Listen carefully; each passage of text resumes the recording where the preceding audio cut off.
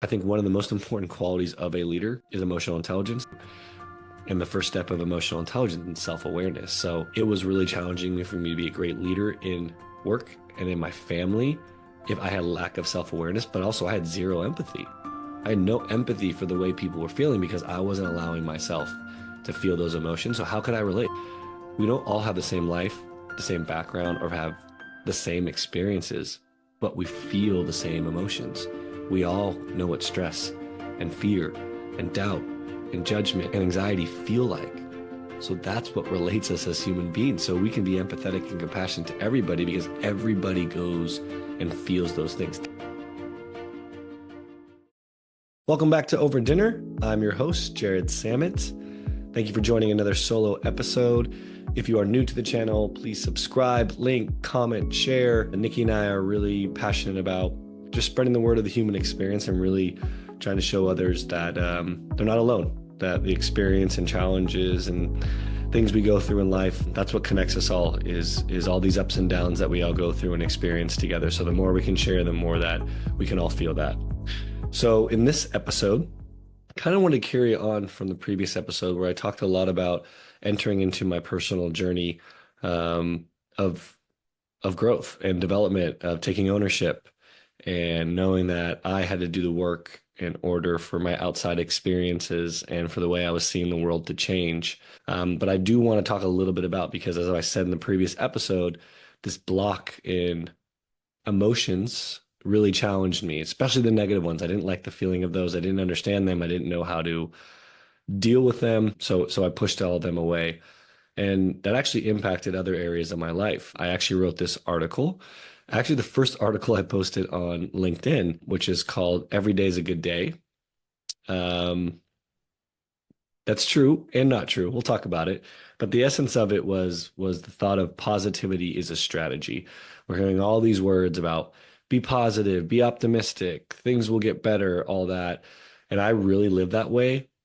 And it helped me, but it also hurt a lot of things in my life, especially in my relationship with my friends and also being a leader of people. Because the negative emotions really, really challenged me, people would come to me with fear, stress, anxiety, whether that was my wife, Nikki, my friends, and even my people in my charge. I was that toxic positivity leader. For those unfamiliar with toxic positivity, it's essentially just spinning everything to the positive side of it. It's not allowing the space for someone to feel or to feel it yourself, but just as soon as that negative experience or emotion comes on, you just flip it and show how it's actually a positive thing. And so everything's positive. And that was me. And you can imagine being in my life in any relationship that I am, how that would impact me and impact the people, most importantly. Two things really happened when I was showing up that way. For instance, Nikki coming to me anxious about something, having some stress, and this wouldn't ask her questions, was not curious. All I would do is go, but look at this, look on the other side of that. But look at it, it's going to be a good thing too. So that would just shut her down. There's nowhere to go in that conversation. And I'm essentially telling her it's not okay to feel those emotions, that you have to look on the other side. There's a bright side to everything. And what in essence that happened is she just didn't want to come to me. She did not want to come to me when she was feeling these emotions. And she would even doubt herself and thought she would have thoughts of, I'm crazy. Jarrod doesn't think this way. I'm the crazy one. Like I have all these thoughts coming. I must be totally nuts. And also when you think about in the workplace, leading a sales team, them coming to me with challenges and fears and anxieties and not knowing what to do and all that stuff. And as a leader, flipping it as fast as I humanly could to have them see the positive side of it. And that really hurt me too, especially when your people aren't coming to you anymore. Same thing happened. They didn't think they could have a bad day or feel those emotions because Jarrod doesn't. Jarrod always has it together. He's always positive. And then it got to a point where they just weren't surfacing anything and living in those emotions by themselves and not knowing what to do with it, and their leader not available because they thought, if I go to Jarrod, why would I go to him? He doesn't feel those things. He'll just flip it as fast as humanly possible. And that really hurt me because, and again, it stemmed back through me not wanting to feel those negative emotions from those experiences I had earlier in my childhood. And the easiest way to move away from them was to try to see the positive, always look on the positive side of it. So I do value positivity. It's still in my life and plays an important role. One thing I used to say a lot, and I'm kind of debunk this for myself, but I used to live by this, being like, I'm a completely logical person. My brain does not think negatively. It's not logical because to me, negativity, it hurts you, it hurts anyone you're around. So being a logical person, my brain doesn't compute negativity. I used that for a long, long time in my life. And now I do have a hard time, I think, looking at something negative and seeing it as negative. But the word negative so strong. I think what I was saying is I don't, I don't compute any emotions that are fear, stress, and those things because I didn't want to feel them. And I live by that. I tell my people, my wife, negativity doesn't make sense to me. It hurts you, it hurts everybody else. And again, that was a wall I was putting up for no one to come in and no one to share. And that was a challenge too. So the first thing I want to do is make a distinction because this was an important shift for me. Because as I was doing this growth and everything, this realization happened to me, this how much of a toxic positivity and how I was blocking people in my life and not making people feel safe in my relationships and my career. They were struggling because of this. So when I started really looking into this, to me, there was a distinction between positivity and optimism because I like to feel back to my previous episode. I want to feel that the things that I'm doing, I have agency that I can do something about, right? When I have to hope or wait or the outside world has that influence on me, I didn't like that experience because I've been playing that victim for so long. So I needed to find something that allowed me kind of the choice to make that I could do that. So positivity and optimism. I felt I was able to make a distinction for myself and how I looked at those two. And that's why I like to say positivity is a strategy. Optimism, let's start there. Optimism to me is a hope that things will get better, a hope that the relationship, a situation, the future will be better. It feels like it's a lack of action. It's just saying, I hope it gets better. What determines if it gets better? Something has to happen externally again. So you're at the kind of privy again of the external situation. So I didn't want to have to sit there and hope and just sit around. It didn't feel action oriented to me to think about optimism. Positivity, the way I looked at it was an attitude, it was an approach. It was not saying externally bad things wouldn't happen, but positivity allowed me to take an experience in, feel those emotions, but then decide what I do next, how I wanted to tell that story. What did I want to tell myself about that situation, interaction? And then I get to take the next action. That's the cool thing is any experience that comes in, you have the next choice what to do next. The biggest piece of that is what I always call the gap between external stimulus and response or reaction. There's a difference there too, right? Reaction is like right when something happens, it's what initially comes to you in your mind and your feeling and you react to it. I like the word respond. I'm a big language person, so respond is better. Respond to me is I've had time to process. I created a gap between external stimulus. I'm able to process, understand, make my own decision, tell my own story, and then make a response. And that's what positivity, I wanted to positively respond to every experience. It was a strategy, meaning it was my choice to make.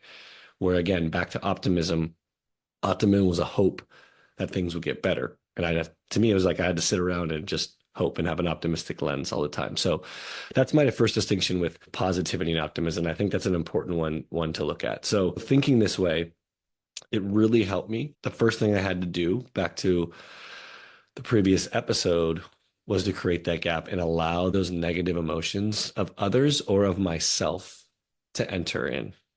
So instead of just flipping everything to a positive really, really quickly, I would allow those. I think it's important to feel and understand why you're feeling certain things. So that was a challenge for me. When an experience would happen and these maybe tough emotions would come up, I just push them down and try to go as positive as fast as possible. I had to learn and be okay and be very uncomfortable with feeling those negative emotions because what I needed to do is learn what brought those things up.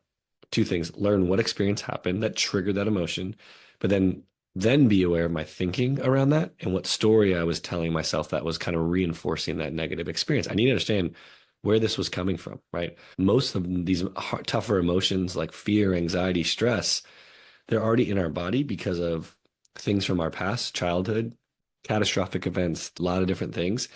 These emotions store in our body, and then new things that happen in life trigger that emotion to come up. Something externally happened that triggered and was similar to that experience or triggered that emotion to come back up and for you to feel that. So the only way for me to understand where emotions came from, I needed to pause and I needed to feel them, understand what the situation was externally, where my thinking went, and that was the gap I was creating between external stimulus before I chose to respond, right?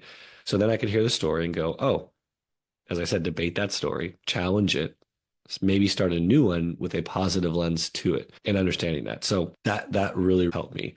It took a while. It's still something I work on. I can see myself sometimes still being a little toxic positivity, but also think about that as a leader. I think one of the most important qualities of a leader is emotional intelligence. There's been tons of studies by Gallup that researching you can really determine the effectiveness of a leader, not through IQ, but through EQ and the first step of emotional intelligence and self-awareness. So it was really challenging for me to be a great leader in work and in my family if I had a lack of self-awareness, but also I had zero empathy. I had no empathy for the way people were feeling because I wasn't allowing myself to feel those emotions. So how could I relate? It's hard to relate to somebody who has those emotions and you're not allowing yourselves to feel those emotions. So there's no way for you to relate to that person. And that's what I think connects us all as humans. And there's where compassion and empathy, we don't all have the same life, the same background, or have the same experiences, but we feel the same emotions. We all know what stress and fear and doubt and judgment and anxiety feel like. So that's what relates us as human beings. So we can be empathetic and compassionate to everybody because everybody goes and feels those things. Different things trigger it, but that doesn't matter what triggers that feeling. What makes us all human and what connects us as human beings is we have the same emotions and we feel all the same emotions, and that's how we relate to one another. So to be empathetic or compassionate, you have to allow yourself to feel those feelings, and it's tough and uncomfortable. Especially as males, I think in this world, being raised where we're tough, we're hardcore, we're not vulnerable, we're not sensitive, that we don't feel these things, we don't talk about these things. I think there's been such great progress in this area. There's so many great thought leaders in this and so much out there about men sharing vulnerability. But I think it's still a challenge for a lot of people. We're supposed to be strong and tough and not feel these things. So I think it allows a lot of us to block some of those emotions, not know how to understand them, not know how to cope with them, not having a place to go to them or a place to share them because that makes us weak. We share with our spouse, we share with our team, we share with others, our friends. It makes us look weak. So we bottle it up, most of the time push it away, don't know what to do with them. And then it's really hard for us to be there for others who are feeling those, especially those in our lives, because we're not experiencing them ourselves. So this has been huge for me for myself to be able to understand where emotions for me are coming from, especially for the challenging ones. That has been really, really important because then I can work through and know when certain situations will bring this up, but also, as I said, change the story and the beliefs behind there because until I could feel that emotion, understand where my brain went, what my brain was thinking and what I was saying to myself, I could go, oh, that's interesting why I would say that story. What if I changed it? What if I said something different? It didn't just go away, right? Those stuff would still trigger me. Even today, there's moments of that where certain situations will bring those emotions and I'm fully aware and it's still tough to move past it, but I'm still working on it. It's a work in progress. So the way I look at positivity as a strategy now is how I finish every experience. So something happens externally that triggers something in me that makes me feel these emotions. I don't push them away anymore. I really try to sit with them and understand. A lot of times it's hard in the moment. I'm still a processor. So sometimes I'll go back in a meditation or at night and go back to that experience and understand what I was feeling because I'm still struggle with in the moment to notice a feeling coming on and be able to process it. It takes me a little bit of time. I try to, but it's all about doing that processing again, what the feeling was, what's coming up in my head, and then ending with the choice I want to make. Do I want to keep that story the same, or do I want to change it and take action, right? And move forward. So that's what positivity is a strategy. It's a strategy in every experience in my life that I'm going to process, then respond the way I want to, which is with a positive mindset, because I truly believe that every experience is a good experience because it's an experience. Let me say it again. Every experience is a good experience because it's an experience. We have the option of everything that happens in our life, every experience, to learn from it. They're there for a reason. I think every experience is there to teach us something. The good ones, the challenging ones, the really freaking hard ones. There's always something to learn in there.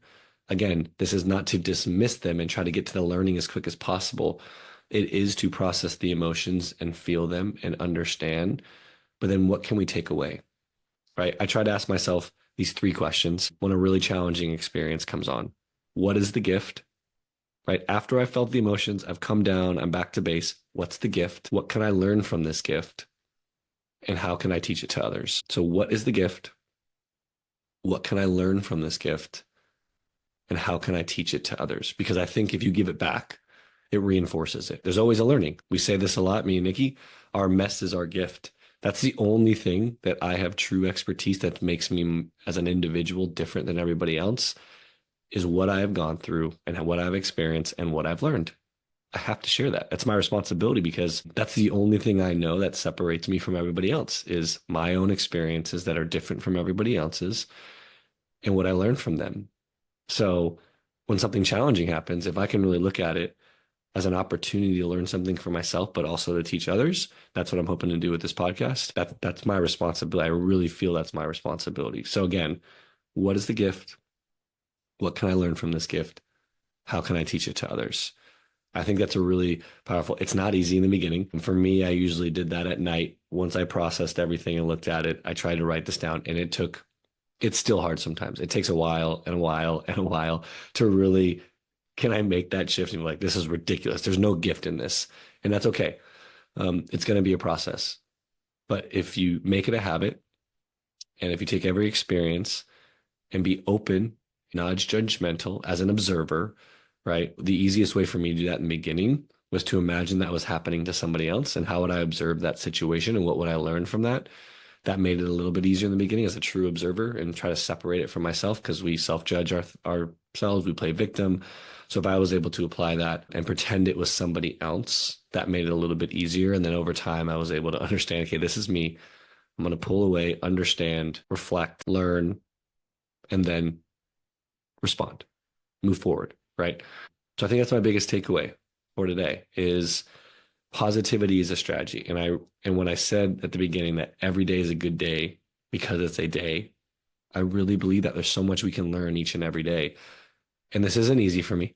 I get frustrated, I get angry, all those things, but I really make sure to end my day intentionally with thinking through some challenging points in my day and understanding, okay, why did that come up for me? What happened? What was my thinking during that time?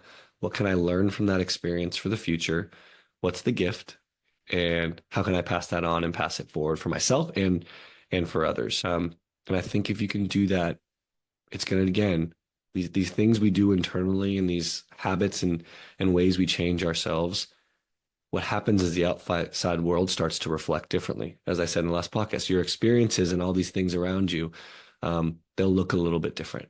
The only piece that you really have agency over is the ability to reflect, respond, learn, grow, and choose what's next for you and how you want to look at things. So positivity is a strategy. It is a choice that you get to make on every experience. It's not dismissing these tough emotions. It's not pushing them away. It is feeling them, reflecting on them, processing, understanding what came up from you, what you were thinking, and then how do you want to move on? And that's your choice. How do you want to look at that experience? Because how you perceive that experience will now reflect how you see the rest of the world around you. So make that choice. I encourage you to make that choice and try some of these habits. Thank you guys for listening today. I hope this message resonated with you.